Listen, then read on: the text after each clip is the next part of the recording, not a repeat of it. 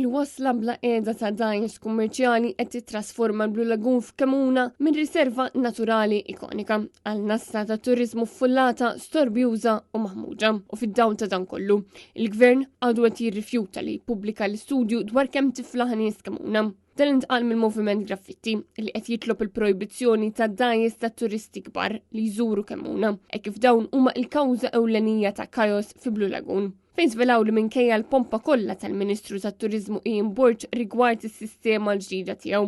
U għadu qed jagħmel ħiltu kollha biex iħalli lil dawk li jagħmlu l-aktar ħsara jkomplu jipprofittaw ruhom mill-Blue Lagoon.